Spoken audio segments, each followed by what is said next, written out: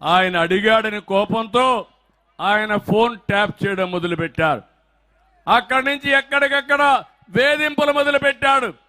అందుకే నువ్వు చేసింది తప్పను చెప్పడానికి శ్రీధర్ రెడ్డి ఎదురు తిరిగాడు, పోరాడాడు.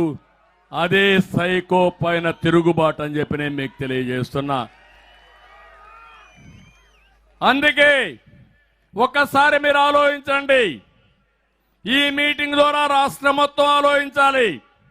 ఒక్క రవాణా శాఖ ఈరోజు మాట్లాడితే నేనేదో చేశారని చెప్తున్నాడు. పెట్రోల్ రేట్లు భారతదేశంలోనే ఎక్కువ ఉండే ఏకైక రాష్ట్రం ఆంధ్రప్రదేశ్ రాష్ట్రం. అందుకే మన వాళ్ళు పోతే తమిళనాడు నుంచి వస్తా ఉంటే సూడూరుపేటకు అవతలనే పెట్రోల్ వేసుకొని వస్తారు. కర్ణాటక నుంచి వస్తే కర్ణాటక బార్డర్లో పెట్రోల్ వేసుకొని వస్తారు.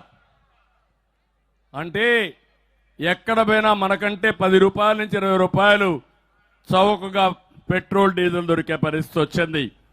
ఒక ఆటో ఒక నెలలో కనీసం అదనంగా 1500 నుంచి 2000 రూపాయలు పే చేస్తున్నాడు. అంటే సంవత్సరంలో 24,000 రూపాయలు ఒక పెట్రోల్ డీజిల్ పైన అదనంగా పే చేస్తాడు. ఇది కాకుండా రోడ్లన్నీ పోయినాయి.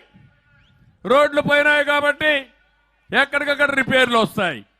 దీనికి కనీసం 10,000 నుంచి 15,000 రూపాయలు రిపేర్ ఛార్జీలు అవుతున్నాయి.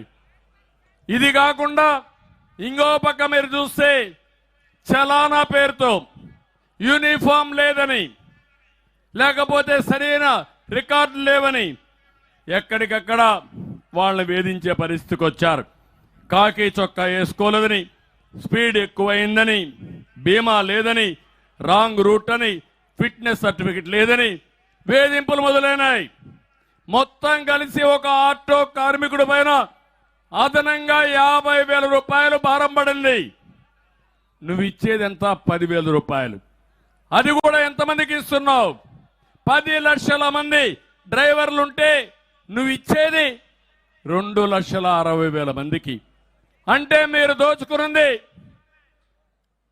5,000 రూపాయలు, మీరిచ్చింది 260 రూపాయలు. దీనిపైన రోజువారీగా నేను ఆటో డ్రైవర్లకు అది చేశా, ఇది చేశానని చెప్పే పరిస్థితిలో ఉన్నాడు.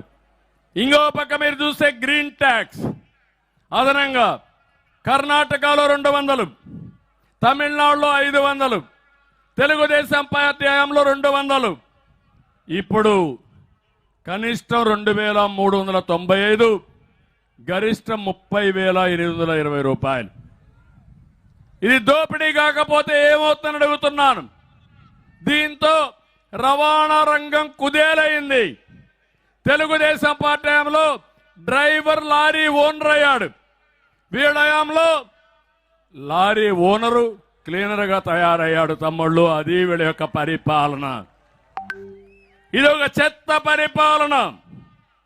ఇంకో పక్క ఆరోగ్యశ్రీ ఉదరగొడుతున్నాడు. నేను ఆరోగ్యశ్రీ ఇచ్చానని నేను అడుగుతున్నా. మీరు నమ్మితే ఇంకా మనం గోయిందా. ఆయనకు ఒక పేపర్ ఉంది, సాక్షి, ఇక్కడ కూడా ఉంటాడు అనుకుంటా. నెగిటివ్గా రాసి తప్ప ఇంకేం ఉండదు. అందుకే మీరేమన్నాడంటే, మీరు ఒకసారి చూస్తే 1,000 రూపాయల కంటే ఎక్కువ ఉంటే మొత్తం ప్రభుత్వం పెడతామన్నారు. పెట్టారా అని నేను అడుగుతున్నాను. నిన్ననే అన్ని హాస్పిటల్స్లో ఈ ఆరోగ్యశ్రీ పేషెంట్లు మేము తీసుకోమని చాలా స్పష్టంగా చెప్పి బోర్డులు పెట్టేశారు.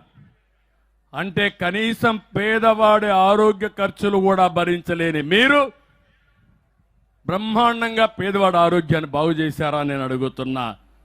మాట్లాడితే రౌడిజం చేస్తున్నారు, వాళ్ళపైన కూడా దాడి చేస్తున్నారు. ఇంకో పక్క ఇవన్నీ ఏమో కానీ ఎవరన్నా చనిపోతే మహాప్రస్థానం పేరుతో ఆ రోజు ప్రత్యేక వాహనం పెట్టి గౌరవప్రదంగా మీ ఇంటికి తీసుకొస్తే ఇప్పుడు చూస్తా ఉంటే మొన్న కూడా పేపర్లో వస్తున్నాయి. చనిపోయిన భార్యని బిడ్డని స్కూటర్ పైన ఎక్కించుకుని ఇంటికి డెడ్ బాడీ తీసుకొస్తున్నారంటే ఇది ఒక ప్రభుత్వాన్ని మిమ్మల్ని అడుగుతున్నా, ఆలోచించమని రాష్ట్రాన్ని కోరుతున్నా.